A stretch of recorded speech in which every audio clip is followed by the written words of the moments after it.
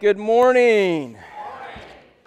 Hey, quick shout out as we get ready. Just to thank everyone for Easter and those who worked double time and triple time on Easter. It was a great, we had great services, and so I appreciate the extra hard work y'all put in, and the choir, the band, the worship team. So appreciate all that. So we had at least 3 decisions of folks who committed their life to Christ, crossed the line. Those are the ones who checked the box. We don't know how many actually made a decision without it, but anyway, that's a great thing, and we're always grateful when God touches the heart of a person and they cross that line. So, you agree? All right. So, if you will, open up your program. You'll find an outline in there that has hashtag when your vision is cloudy. And we're going to look at a little recap from last week, and then we're going to jump into today's lesson, all right? So y'all ready? Yes. All right, good. I like a little enthusiasm. That's good. So at the top of your outline, as we talked about last week and started this series, hashtag hope, we said hope is not optimism. And so then I gave you a little kind of a definition of what optimism. Optimism is psychological. Optimism is trusting personally in yourself. It's looking at life from what you can do in your life. Optimism often denies reality because they don't see that they have the strength or the power to overcome obstacles and hardships in their life. And so they look at the problems, they look at the storms, they look at the difficulties just from their own perspective. And so as a result of that, it causes a person to kind of want to deny reality and act like things aren't bad and things are wonderful. And if we just have good thoughts, good things will come our way kind of stuff. And the reality is sometimes it isn't good. Sometimes it's just flat out bad, all right? And we can own that when we have hope, which is what we're going to talk about today. So optimism is what you think you can do. It's positive thinking, not permanent trust. Hope, on the other hand, is a little bit different. Hope is theological. Hope is personal trust in God. Hope is what you think or what you believe that God can do.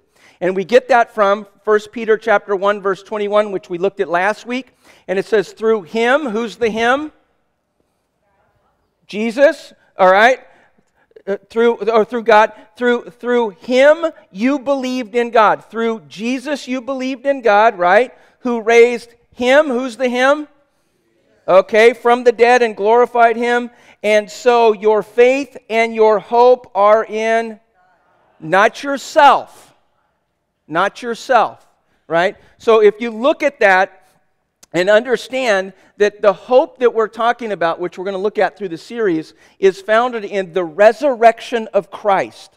That our position in Christ, because of the resurrection, we celebrated Easter last week, because of that, we have hope in life. We don't look at life through the eyes of ourself, what we can do. We look at what God can do in and through our lives. Now look with me in your outline. Miracles are to build your faith. So when Jesus performed miracles, which we'll be looking at, when He performed miracles, it was to validate that He was the Son of God, but it was also to build the faith of those who watched and who would hear stories of Him, which increases the hope that you have in your life. So as your faith grows, your hope increases. If you have little faith, you have little hope because you look at life through your own set of lenses in your life. So are we following okay? All right. So people who make these kinds of statements, it says a lot about their situation and their condition and how they see life. When people make statements like, I just don't see how, okay, ... I don't see how my marriage is going to be fixed, my kids are going to turn out, we're going to make it financially, I don't see how my career is going to head in the right path, I just don't see how, I'm not really sure how. Those are all statements of hopelessness in a person's life, okay? So if you make those statements, it is an indication that you are looking at life through what you're able to do. And that's the context of your life. And when you look at your own ability, your own power, your own strength, your own whatever it is that you have, you look at your situation, if you look through those set of lenses, you're right, you don't know how. Because you don't have the ability, because you're really thinking optimistic thinking. It's what you can do in your life, all right? So in Matthew chapter 6, verse 22, here's what Jesus says. Jesus says, the eye is a lamp of the body. If your eyes are good, your whole body is full of light. If your eyes are bad, your whole body will be full of darkness, okay? Now, when Jesus makes the statement here, he's not talking about physical sight, okay? He's not talking about seeing from your physical, the set of eyes that you have in your head, but he's speaking about perspective. If your perspective is you, your whole life is going to be filled with darkness, right? Because that's how you look at obstacles. That's how you look at storms. That's how you look at life, through your own ability. But if you look at life through the lenses of God's perspective, what's impossible with God? Nothing. What storm can He not overcome? None. Right? And so Jesus says it's your perspective is what really makes all the difference as to whether you see clearly in life or whether you see cloudy in life. Whether you make statements that are filled with hope or whether you make statements that says, I just don't know how, I don't see, I'm not sure. Okay? Are we tracking okay? All right. Well, today we're going to look at an amazing miracle in Mark chapter 8. So if you have your Bibles, you can flip to Mark chapter 8. But let's just go over your outline real quick. Hopelessness is seeing life without God. Okay? If you want to boil it down and you talk to somebody who's hopeless, they can say they believe, they can say they come to church, they can say whatever they want to say, but the reality is they're living life as if God doesn't exist.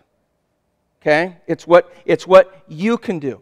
To overcome hopelessness is to see life with spiritual eyes or God's perspective in what God can do. All right? We got that? And it's an important part to kind of get a hold of and begin to understand. So in Mark chapter 8, here's kind of a neat thing that takes place. Let me set the context and we'll jump into it. Jesus has been in the ministry, or his earthly ministry, for around 3 years. He's healed people. He's done all kinds of amazing miracles. Crowds of people are following him. He has people who love him, and then he has the religious leaders who don't like him. And so here they come in. He just performed the feeding of the 5,000 and the 4,000. All right? And the religious leaders are going to come to him and they're going to try to trick him into some type of complicated question and somehow get him to admit something or whatever. I don't know what it is. But he kind of gets tired of their stuff. And so he decides to kind of pack up his disciples. They get on a boat and then they begin to leave that area. And in that boat ride, Jesus is going to share with them some question or some miracles in which he performed, because we'll see that there's a misunderstanding that they have. There's a miracle that takes place, and then at the end of his journey, he is going to ask them a clarifying question. Now, let me just kind of say this. The whole miracle is for them to understand and see life through God's perspective. The whole miracle is so that their life wouldn't be cloudy, but it would be clear. That they would not have the, I'm not sure how, I don't know if I see, okay? And he's going to do this whole thing through, to walk them through this so that they completely understand. The disciples are not the sharpest guys on the earth at that time, okay? So if you have your Bibles, Mark chapter 8, verse 13. You ready? Here we go. Then he left with them. Going back into the boat, he crossed to the other side. Verse 14. The disciples had forgotten to bring bread except for one loaf that they had with them in the boat. Okay, so they have one loaf of bread. Don't know how old it is. Verse 15. Be careful, Jesus warned them. Watch out for the yeast of the Pharisees and that of Herod. Verse 16. They discussed this with one another and said, it is because we have no bread, okay? So Jesus says, be cautious about the yeast of the Pharisees and watch out for Herod. And they're going, well, he must have asked that question because we only brought one loaf of bread. And how can we worry about yeast when we don't even really have much bread to be even concerned about? And so Jesus uses a metaphor, okay, to teach them about seeing life through God's perspective, and they're thinking he's talking about a piece of bread, actual piece of bread. Verse 17, aware of their discussions, Jesus asked them, why are you talking about having no bread? Do you still not, what is it? See. Are you still not able to see what we're talking about here and what's taking place? Or understand, are your hearts hardened? Verse 18, do you have eyes but fail to see? Do you have ears but fail to hear? And then in verse 18, he's going to give them a quiz. All right? So here's the quiz, verse 18. Or verse 19. When I broke the 5 loaves for the 5,000, how many baskets of pieces did you pick up? And they had the answer. 12, they replied. And when I broke the 7 loaves to feed the 4,000, how many baskets of pieces did you pick up? And they answered, 7. Okay, so they got that right. That was good. All right, they had the answer, but they still weren't able to see clearly what was taking place. Verse 21, and he said to them, do you still not understand? Okay, so let's just kind of get the idea. Here they are in a boat. Jesus just said, remember the 5,000? Yep, how many baskets? Remember the 4,000? Yep, how many baskets? All right, and are you looking at life through my perspective? They don't get it. They're completely missing it in your outline.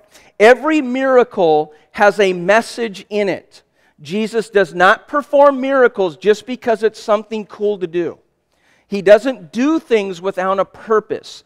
In the miracle, there is a message, and that message needs to be kind of pulled out and then applied into our lives so that we understand what takes place. So he's going to talk about multiplying the bread in their life, and they're spiritually blind. They still do not see exactly what's taking place in their life. In your outline, blindness is a metaphor for a closed mind. Blindness is a metaphor for a closed mind. So whenever we see the idea of someone being blind, it's typically not necessarily a physical thing, as he uses it metaphorically speaking about spiritually being closed-minded to God. It's like they're living their life for themselves. They are not interjecting God into their life. They're not looking through the lenses of God. They are doing it completely on their own. Okay? And this is exactly where the disciples are at. They're looking at life, and Jesus says, do you not see this? You are still missing the point. You're completely missing what's taking place. Back to my little statement here. Optimism is what you think you can do. Hope is what you think God can do. Optimism is what you think you can do. That's being someone closed-minded, right? Would you agree with that? Hope is what you think God can do. Okay, now let's pause for a moment. So what causes in our life, and even as believers, we can have this struggle. He's pointing this out to the disciples. What in our life can cause us not to see clearly? What are the causes? Let's take a look. What keeps me from seeing clearly in life? Number one is my prideful self. You agree with that? So he says to them in verse 15, he says, watch out for the yeast of the Pharisees. What does yeast do to bread? Puffs it up. And how much yeast do you need to put in bread for it to rise? Just a little pinch. And if you put too much in it, blows it up completely, right? And so again, metaphorically speaking, the yeast represents pride or arrogance through Scripture. And so as he talks about it, he's not talking about the bread, the piece of bread that they have in the boat. He's talking about someone who's being filled with pride, which is what the Pharisees were. They were filled with themselves. They didn't look at life through the perspective of God. They looked at life through their own eyes and from the law, right? And they had created all these different things. And so when we are filled with hopelessness, it typically means that we are filled with ourselves. Now let me share this with you. If someone is going through a difficult time, and if this has happened once, it's happened to me a bazillion times. Someone's going through a tough time in life. Hey, Pastor Dan, can we meet? Let's talk. We get together, we talk, they share their story, and then I start talking about, well, you need to draw closer to the Lord, you need to be dependent on Him, you need to surrender, you got to turn your ways to Him, you got to rely on Him, blah, blah, all that kind of stuff. And it's yeah, but. They want out of their situation, but they're not willing to surrender. They want God to rescue them, but they're not willing to let go of themselves. And so when you look, it doesn't matter, if you find a person who's filled with hopelessness, you would think to yourself, how could they be filled with pride? That's it. They're not willing to release themselves and turn themselves over to the Lord. They're not willing to do that. So they look at life through me, myself, and I. And the situations and the circumstances and the storms in their life overwhelm them, because they're looking through the lenses of me, myself, and I. How can I overcome it? I can't see my way. What's my next move? Where am I going to live? How am I going to deal with finances? And they're filled with themselves. Now, getting them to strip that away and get to it is sometimes a difficult process, because they don't see that. So even in their brokenness, they can be filled with themselves. All right? And so Jesus points out to them. He says, hey, watch out for the yeast, the prideful self that you have in your life, because that's going to prevent you from seeing clearly. Your mind is made up. You're not open to God. Number 2 is my short-term thinking. My short-term thinking. Verse 16. And they discussed with one another and said, it must be because we have no bread. That's why Jesus is talking about yeast. Because we don't have any bread. And here they are. They're focused on the here and now. What's for lunch? And Jesus wants to speak to them about life. Okay? And so whenever we live our life and we're stuck on the convenience or the comfort of today, we are going to have a cloudy vision, because the Lord is more interested in changing your character than He is giving you comfort. Okay? And so the disciples are talking about what's for lunch. The disciples are talking about happiness. They're talking about success. And He's talking about holiness, surrendering. And He's talking about life issues. They want to talk about bread. He wants to talk about behavior. They want to talk about meat, what's for lunch type of thing. He wants to talk about maturity. And so when you meet, again, a person who's who's filled with hopelessness in their life, they're surrounded with themselves, and they have a very short-term thinking. They're thinking about just today, just this situation, just right now. Okay? And this is why, and we'll come to this in a few weeks, this is why folks who feel desperate will make unethical decisions in their life, because they don't see a way out. And so they're willing to compromise their morals and their ethics to try to find a way out of their situation. Okay? Because they have very short-term thinking. They're thinking about the here and now. They're not thinking about future. Number 3 is my short-term memory. Does anyone have any memory problems? Now, where was I? Verse 18. He says, don't you remember? All right, don't you remember? Now think about this. This is kind of comical, actually. They got a loaf of bread. They're wondering if Jesus is talking about not having enough for food. He reminds them about feeding 5,000. He reminds them about feeding 4,000. He quizzes them. How many baskets? Right? And that word actually doesn't mean like a little basket. It means like a big basket. Right? And how many baskets did you pick up? And they're stuck on how many pieces of bread. And Jesus doesn't say it, but maybe I can interject it. He's probably thinking, are you kidding me? Are you not getting it? we just left that. And you're going, I only got one piece of bread. What are we going to do? That's much what he's talking about. What are we going to eat? And he's like, hello? Remember? But isn't it true in our life we can do the same thing? Isn't it true that God can rescue us and pull us out? And a few weeks or a few days or a few minutes later, right, we can start getting all nervous because what about and how are we going to and all this other stuff? Isn't it interesting how you're able to forget, whether it be willfully or what, but you forget the past miracles and the past blessings that you have in your life, and you just kind of move forward. And whenever you start thinking about the future without remembering the blessings from the past, fear will come into your life.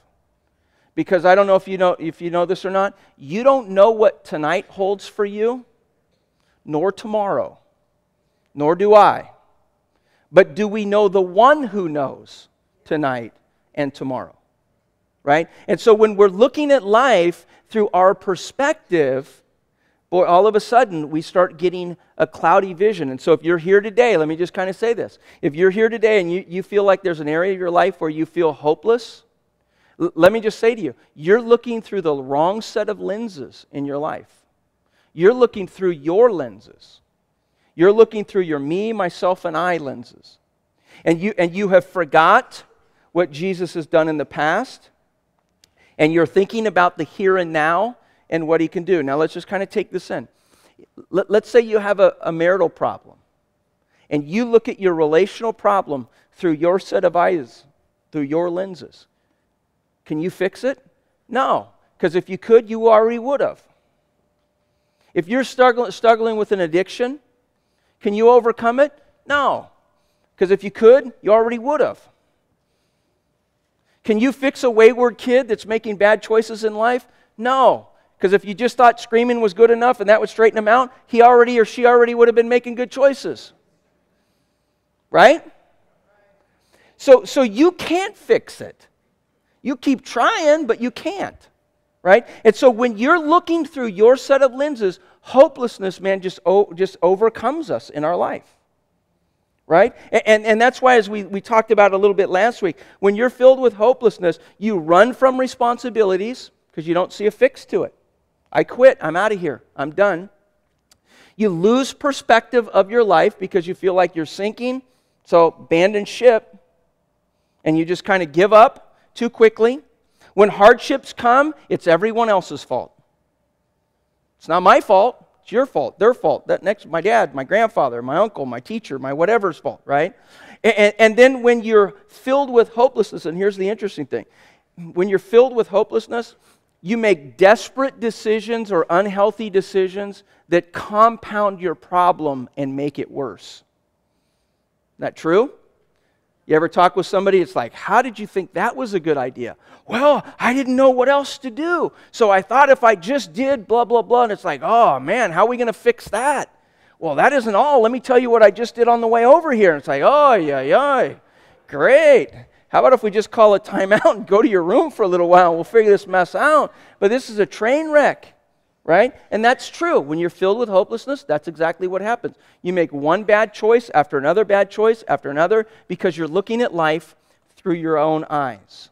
Okay? This is Jesus' whole point to His disciples. Ephesians chapter 1. So where do we get the hope from? Here's a great verse that we can all memorize. I pray that the eyes of your heart, you didn't know you had eyes in your heart, did you?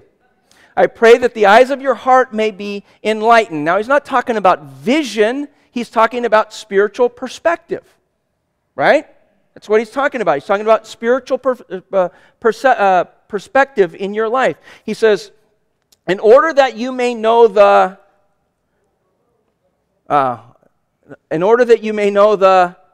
Good. All right. We're tracking. That's good. The hope to which He has called you. And so, as Paul writes to the church, he says, listen, I pray that your eyes would be open, that your perspective would be increased as you look through the eyes of God, the hope that you have in which He has called you in your life. So Jesus comes to His disciples. He says 5,000, you remember that? Yep, basket's full. Yep, 4,000. Yep, you remember that? Basket's full. You know, I'm the one. Be careful for pride. Don't give me the short-term thinking. Don't give me the short-term memory issues that you're all wrestling with. Jesus, I want you to see life through the eyes of God. And the disciples don't get it. So here's the cool thing. So Jesus goes, okay, I think you fellas need to see a miracle. So we're going to take you to a blind guy, and we're going to heal a blind guy in a unique way.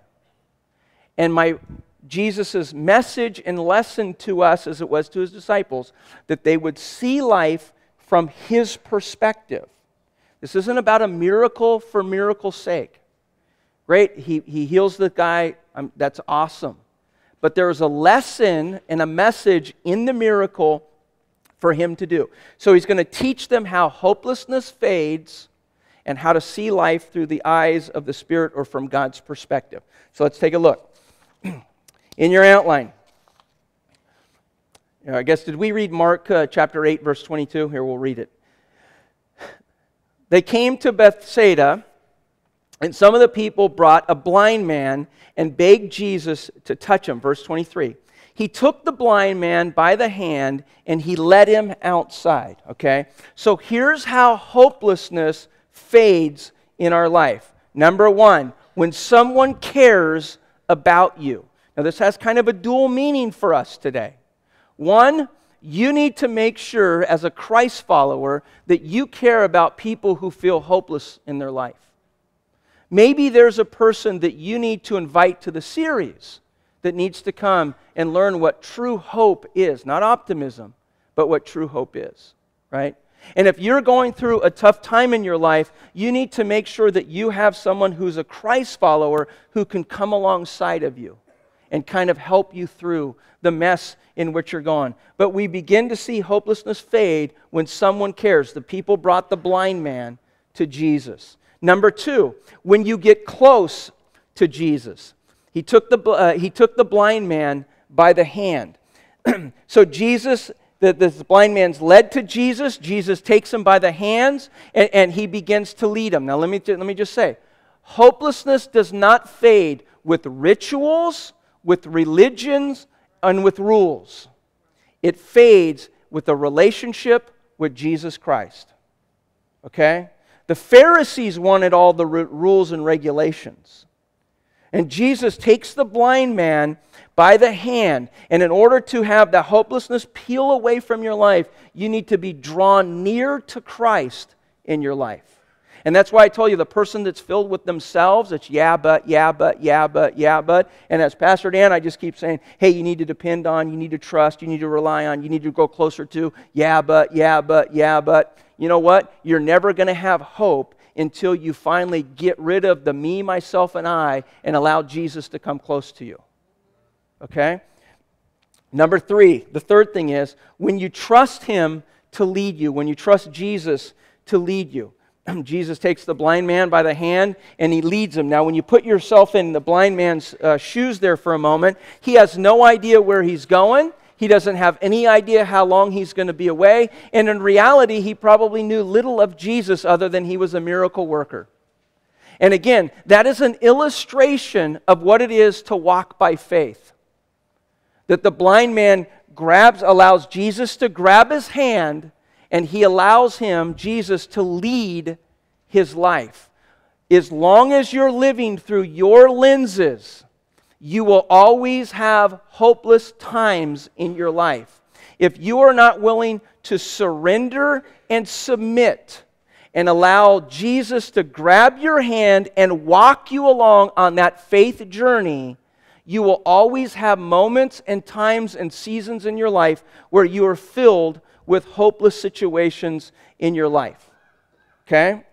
And so you've got to allow Him to grab a hold of you and begin to walk. And so it begins to fade when you have someone who cares, when you get close to Jesus, and when you allow Him to lead you in your life. Verse 23. And then He does some kind of amazing things. It's a little bit gross, but you guys already ate breakfast, right? Not really? Good. Thanks for telling me that. Then I'll just kind of make it even worse. Here we go. Verse 23. when he had spit on the man's eye. And that sounds encouraging, right? Yeah? It's a little bit gross. He spits on the man's eye, verse 23. And remember that this is an object lesson. There's a purpose and a meaning behind it. He doesn't do miracles just for miracle's sake. Okay? So he's doing something for a reason. All right? And it's unique. It's the only time in all of recorded history that he does this kind of miracle with a blind person. He heals many blind guys, but this is the only time he does it this way. So he spits on the man's eyes. He puts his hand on him. Verse 23, he put his hands on him, and he asked him, do you see anything? Verse 24, he looked up and he said, the blind man looked up and he said, I see people. They look like trees walking around. So he went from completely blind to partially blind. He can see shapes. He can see figures. He can see movement. But he does not see completely clearly. Okay? And this is a unique thing that Jesus does with this particular person. Verse 25. Once more, Jesus put his hands on the man's eyes. Then his eyes were opened. His sight was restored. He saw everything clearly. Verse 26. Jesus sent him home saying, do not go into the village. Okay? So, again, a unique miracle. And it's done in a unique way to teach us. Remember, the goal of what Jesus is trying to teach is how we see through the eyes of God in our life. Are we following that? So here we go. In your outline. When you get close and trust Jesus to lead you, number one, your spiritual vision grows in stages. Okay? Your spiritual vision grows in stages. The whole miracle wasn't about healing a blind man to be able to see. The whole miracle was to teach the disciples how to see through the eyes of God and God's perspective. That's the whole thing. Remember, he says, and do you not see? Are you not getting it? Remember the 5,000, the 4,000? Huh? The yeast of the Pharisees, yourself, short-term memory, short-term thinking, you're not able to see. And so he leads them to this blind guy. He heals him in stages. Now, when we think about seeing spiritually or spiritual growth in your life, we would all admit that we do grow in stages, don't we? When you cross the line and you invite Jesus into your life to be your Lord and Savior, are you completely mature in your faith? No. Do you see everything completely clearly through his eyes? No, right? Because I wish there was a pill. I could just give it to you on Lord's Supper Day, and you would take the pill, and y'all would be mature. That'd be awesome if we could do that. But it isn't. Because we grow in stages, and we grow in seasons. And that's why we have journey classes. Because in the journey classes, they are designed to help you grow in seasons or in stages of your walk. All right? And that's why it's important that we kind of understand what that is. And so he sees him, he heals him in stages. First he touches him, partially sees. Then he touches again, he's completely able to see. Number 2 in your outline. When you see life from God's perspective, there are 3 ways that we find that we begin to see. The first one is your focus gets sharper. Okay? So as he leads me in my life, and I begin to grow in my spiritual walk, I begin to see, and it begins a little bit sharper, a little bit sharper. And it says in the verse, it says, when his eyes were open. In the Greek, it means to fix his sight, or it means to look intently, or to look with purpose. All right? So when he finally sees completely, he's able to see in a kind of a sharper way. He has a sharper vision of what's taking place. And again, back to the idea that Jesus is pounding away to his disciples. How you look at life, through what lenses you look through, is whether you're going to be filled with hope or whether you're going to be filled with hopelessness in your life. It's all your perspective on how you look. And as we allow Jesus to walk with us, and as we begin to trust him, and we submit to him, and we get rid of me, myself, and I, and we become more of the Christ follower, our vision begins to grow sharper. The second idea is this: our perspective gets larger. We begin to see completely. It says his sight was restored. He had complete vision in his life. And again, as we surrender and as we submit our life to Him, life begins to make more sense. Not because you're smarter, but because you're seeing life through Him and you're thinking life through Him. Okay? And so we look at life, and when we look at me, myself, and I, we go through hardships, and the first thing we holler out to God is, why? Right? Because we're looking at life through our perspective. God is more interested about your character than He is your comfort. Okay? So put that in the back of your mind when you're going through a difficult time. Is He using it to shape and mold you in your life? And so as we walk with Him and as we trust Him, our perspective gets larger. The third one is your vision about life gets clearer. It gets clearer in your life. And it goes on and He says, and He saw everything clearly. Your focus and your framework begins to grow larger.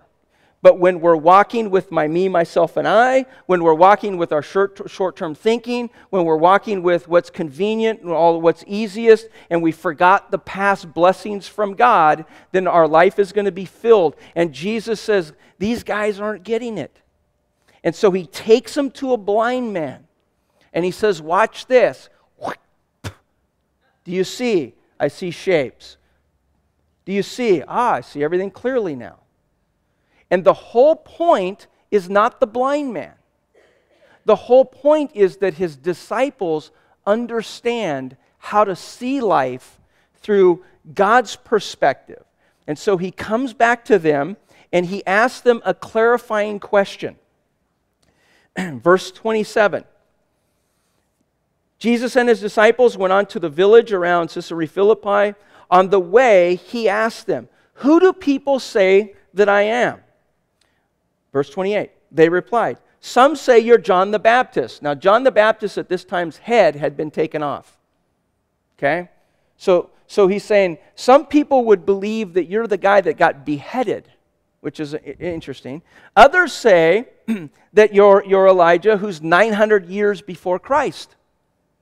And others say that you're the prophets who were all dead. Now, isn't it interesting that people would be willing to believe that a guy has head taken off, that a guy could be 900 years old and been dead long 900 years ago, or you could be a prophet and be dead, right? They're willing to believe that, but they're not willing to believe that He is the Son of God. Isn't that interesting? And even in our world today, Jesus is a great teacher. Jesus is a great prophet. Jesus is a wonderful person who has great wisdom. He's the Son of God. Oh, I don't know about that. I mean, that's getting a little too far now. Right? So it's just kind of interesting how they push back. And so He asked them this question. And they answer everything. Verse 29. What about you? To His disciples. What about you? He asked them. Who do you say that I am? And Peter answered, you are the Christ. Now here's this. Remember, the whole miracle was about seeing life through Christ's eyes. That was the whole miracle. It wasn't a blind guy. That was cool. The guy's need got met. His family was great. Wonderful. But it was to make sure that they understood how to see life and who Jesus was. Look with me in your outline. And this is a key take-home part. How I see Jesus, how you see Jesus, determines your hope, and it determines the clarity of everything else in your life. So how I see Jesus determines my hope and how clearly I see everything else. Okay? Now let's just pause for a second.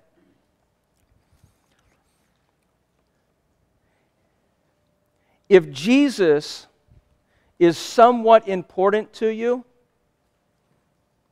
your life is going to be filled with hopeless times.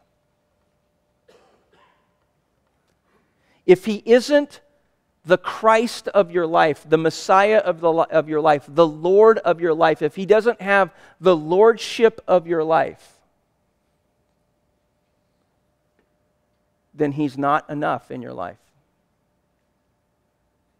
You will have the struggle with me, myself, and I. And when hardships come and storms come and difficult seasons come in your life, you're going to see life from your perspective. You're not going to see Him for who He is. And these guys were on a boat, and they'd spent 3 years with Jesus. And they're thinking about bread. He's thinking about behavior. They're thinking about lunch. He's thinking about life. They see life from their perspective, one loaf of bread. He's saying, you guys are completely missing it. You're completely missing it. That when you see life through the eyes of Christ, your whole perspective changes. Because when you look at somebody who's having physical problems, what's possible with God? Everything. He could do anything He wants to do. When you look at a marriage that's broke, a kid that's making bad choices, a career that's stalled, when you're not sure of what the next choice is, if you're looking at life with me, myself, and I, hopelessness is going to fill your life. It's going to consume you. And you will never see clearly, because the reality is you don't know what you're going to eat for lunch, let alone what the next 15 years of your life holds. But God knows. He knows your future. He knows your 15 years from now. He knows your 15 minutes from now. And so they come to Him, and He asks them, "Who do you say I am?" "I am the Christ." "You are the Christ, Lord." Next step for many of you in your outline. You need to increase your time in prayer and your Bible reading. Some of you, that's the next step. Because you are stuck at me, myself, and I until you surrender and submit. Until you allow Him to grab your hand and lead you on that faith journey. You will be stuck at me, myself, and I. Let's pray.